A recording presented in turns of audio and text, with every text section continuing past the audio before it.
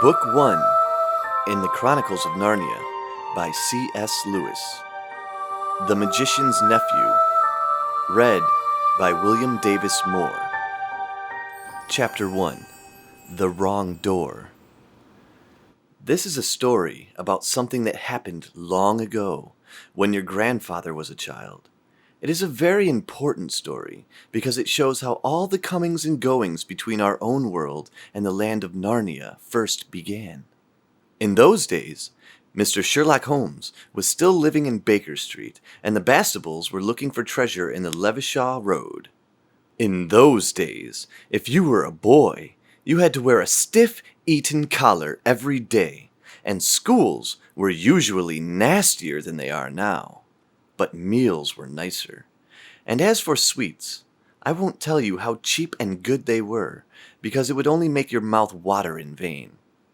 And in those days, there lived in London a girl called Polly Plummer.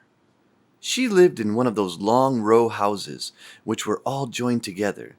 One morning, she was out in the back garden when a boy scrambled up from the garden next door and put his face over the wall. Polly was very surprised because up till now there had never been any children in that house, but only Mr. Ketterley and Miss Ketterley, a brother and sister, old bachelor and old maid, living together. So she looked up, full of curiosity. The face of the strange boy was very grubby. It could hardly have been grubbier if he had first rubbed his hands in the earth, and then had a good cry, and then dried his face with his hands. As a matter of fact, this was very nearly what he had been doing. "Hello," said Polly. "Hello," said the boy. "What's your name?" "Polly," said Polly. "What's yours?" "Digory," said the boy. "I say, what a funny name," said Polly. "It isn't half so funny as Polly," said Digory. "Yes, it is," said Polly. "No, it isn't," said Digory. "At any rate, I do wash my face," said Polly, "which is what you need to do, especially after—" And then she stopped. She had been going to say, "after you've been blobbing," but she thought that wouldn't be polite. "All right, I have then," said Digory, in a much louder voice, like a boy who was so miserable that he didn't care who knew he had been crying. "And so would you," he went on, "if you lived all your life in the country and had a pony in a river at the bottom of a garden, and then been brought to live in a beastly hole like this." "London isn't a hole," said Polly indignantly, but the boy was too wound up to take any notice of her, and he went on.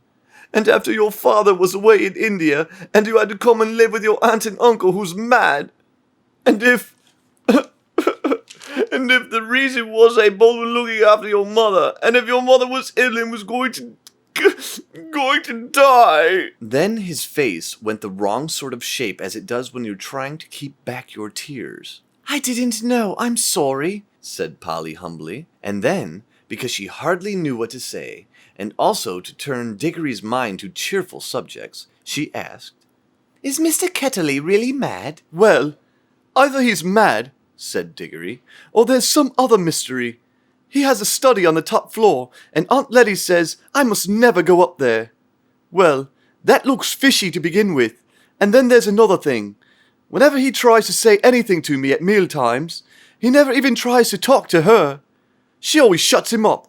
She says, 'Don't worry about the boy, Andrew,' or 'I'm sure Digory doesn't want to hear about that,' or else, 'Now, Digory, wouldn't you like to go out and play in the garden?' What sort of things does he try to say?" "I don't know. He never gets far enough. But there's more than that. One night, it was last night in fact, I was going past the foot of the attic stairs on my way to bed, and I don't much care for going past them either. I'm sure I heard a yell." "Perhaps he keeps a mad wife shut up there." "Yes, I've thought of that." "Or perhaps he's a coiner. Or he might have been a pirate, like the man at the beginning of Treasure Island, and always be hiding from his old shipmates." "How exciting," said Polly. "I never knew your house was so interesting." "You may think it's interesting," said Digory, "but you wouldn't like it if you had to sleep there. How would you like to lie awake listening for Uncle Andrew's step to come creeping along the passage to your room? And he always has such awful eyes." That was how Polly and Digory got to know one another. And as it was just the beginning of the summer holidays, and neither of them was going to the sea that year, they met nearly every day. Their adventures began chiefly because it was one of the wettest and coldest summers there had been for years. That drove them to do indoor things. You might say, indoor exploration. It is wonderful how much exploring you can do with a stump of candle in a big house, or in a row of houses. Polly had discovered long ago that if you opened a certain little door in the box room attic of her house, you would find a cistern and dark place behind it, which you could get into with a little careful climbing. The dark place was like a long tunnel with brick wall on one side and sloping roof on the other. In the roof, there were little chunks of light between the slates. There was no floor in this tunnel. You had to step from rafter to rafter, and between them there was only plaster. If you stepped on this, you would find yourself falling through the ceiling of the room below. Polly had used the bit of tunnel just beside the cistern as a smuggler's cave. She had brought up bits of old packing cases and the seats of broken kitchen chairs and things of that sort, and spread them across from rafter to rafter so as to make a bit of floor. Here, she kept a cash box containing various treasures, and a story she was writing, and usually a few apples. She had often drunk a quiet bottle of ginger beer in there. The old bottles made it look more like a smuggler's cave. Digory quite liked the cave. She wouldn't let him see the story, but he was quite more interested in exploring. "Look here," he said. "How long does this tunnel go for? I mean, does it stop where your house ends?" "No," said Polly. "The walls don't go out to the roof. It goes on. I don't know how far." "Then we could get the length of the whole row of houses." "So we could," said Polly. "And oh, I say." "What?" "We could get into the other houses." "Yes, and get taken up for burglars." "No thanks." "Don't be so jolly clever. I was thinking of the house beyond yours." "What about it?" "Why, it's the empty one. Daddy says it's always been empty ever since we came here." "I suppose we ought to have a look at it then," said Digory. He was a good deal more excited than you'd have thought from the way he spoke. For of course, he was thinking, just as you would have been, of all the reasons why the house might have been empty so long. So was Polly. Neither of them said the word haunted, and both felt that once the thing had been suggested, it would be feeble not to do it. "Shall we go and try it now?" said Digory. "All right," said Polly. "Don't if you'd rather not," said Digory. "I'm game if you are," she said.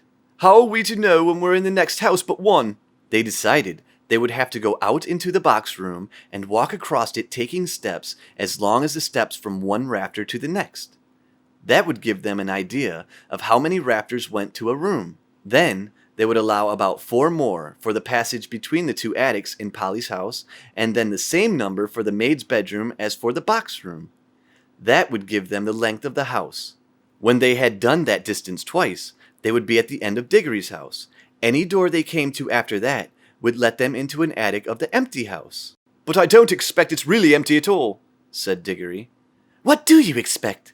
"I expect someone lives there in secret, only coming in and out at night with a dark lantern. We shall probably discover a gang of desperate criminals and get a reward." "It's all rot to say a house would be empty all those years." "Unless there was some mystery." "Daddy thought it must be the drains," said Polly. "Pooh! Grown-ups are always thinking of uninteresting explanations," said Digory.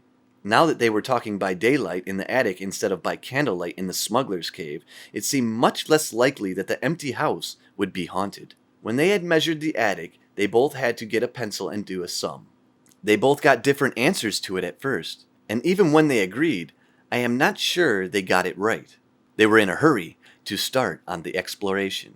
"We mustn't make a sound," said Polly, as they climbed in again behind the cistern. Because it was such an important occasion, they took a candle each. Polly had a good store of these in her cave. It was very dark and dusty and drafty, and they stepped from rafter to rafter without a word, except when they whispered to one another. "We're opposite your attic now, or this must be halfway through our house." And neither of them stumbled, and the candles didn't go out, and at last they came where they could see a little door in the brick wall on their right. There was no bolt or handle on this side of it, of course, for the door had been made for getting in, not for getting out. But there was a catch, as there often is, on the inside of a cupboard door, which they felt sure they would be able to turn. "Shall I?" said Digory. "I'm game if you are," said Polly, just as she had said before. Both felt that it was becoming very serious, but neither would draw back. Digory pushed round the catch with some difficulty. The door swung open, and suddenly daylight made them blink. Then, with a great shock, they saw that they were looking not into a deserted attic, but into a furnished room. But it seemed empty enough. It was dead silent. Polly's curiosity got the better of her. She blew out her candle and stepped out into the strange room, making no more noise than a mouse. It was shaped, of course, like an attic, but furnished as a sitting room. Every bit of the walls was lined with shelves, and every bit of the shelves was full of books. A fire was burning in the grate. You remember that it was a very cold, wet summer that year. And in front of the fireplace, with its back toward them, was a high-backed armchair. Between the chair and Polly, and filling most of the middle of the room, was a big table piled with all sorts of things, printed books, and books of the sort you write in, and ink bottles and pens and sealing wax and a microscope. But what she noticed first was a bright red wooden tray with a number of rings on it. They were in pairs, a yellow one and a green one together, then a little space, and then another yellow one and another green one. They were no bigger than ordinary rings, and no one could help noticing them because they were so bright. They were the most beautifully shiny little things you can imagine. If Polly had been a very little younger, she would have wanted to put one in her mouth. The room was so quiet that you noticed the ticking of the clock at once, and yet, as she now found, it was not absolutely quiet either. There was a faint, a very, very faint humming sound. If vacuum cleaners had been invented in those days, Polly would have thought it was the sound of a hoover being worked a long way off, several rooms away and several floors below. But it was a very nicer sound than that, a more musical tone, only so faint that you could hardly hear it. "It's all right, there's no one here," said Polly over her shoulder to Digory. She was speaking above a whisper now, and Digory came out blinking and looking extremely dirty, as indeed Polly was too. "This is no good," he said. "It's not an empty house at all. We'd better leave before anyone comes." "What do you think those are?" said Polly, pointing at the colored rings. "Oh, come on," said Digory. "The sooner—" He never finished what he was going to say, for at that moment something happened. The high-backed chair in front of the fire moved suddenly, and there rose up out of it, like a pantomime demon coming up from a trap-door, the alarming form of Uncle Andrew. They were not in the empty house at all. They were in Digory's house, and in the forbidden study. Both children said, "Oh!" and realized their terrible mistake. They felt they ought to have known all along that they hadn't gone nearly that far. Uncle Andrew was tall and very thin. He had a long, clean-shaven face, with a sharply pointed nose, and extremely bright eyes, and a great tousled mop of gray hair. Digory was quite speechless, for Uncle Andrew looked 1,000 times more alarming than he had ever looked before. Polly was not so frightened yet, but she soon was, for the very first thing Uncle Andrew did was to walk across to the door of the room, shut it, and turn the key in the lock. Then he turned round, fixed the children with his bright eyes, and smiled, showing all of his teeth. "There," he said. "Now my fool of a sister can't get at you." It was dreadful, unlike anything a grown-up would be expected to do. Polly's heart came into her mouth, and she and Digory started backing toward the little door they had come in by. Uncle Andrew was too quick for them. He got behind them and shut that door too, and stood in front of it. Then he rubbed his hands and made his knuckles crack. He had very long, beautifully white fingers. "I am delighted to see you," he said. "2 children are just what I wanted." "Please, Mr. Ketterly," said Polly, "it's nearly my dinner time, and I've got to go home. Will you let us out, please?" "Not just yet," said Uncle Andrew. "This is too good an opportunity to miss. I wanted 2 children, you see, and I'm in the middle of a great experiment.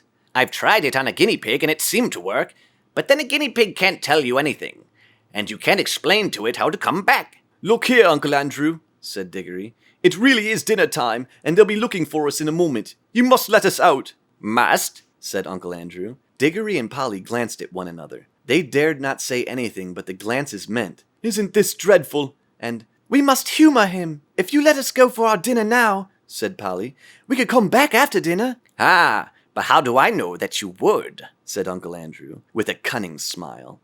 Then he seemed to change his mind.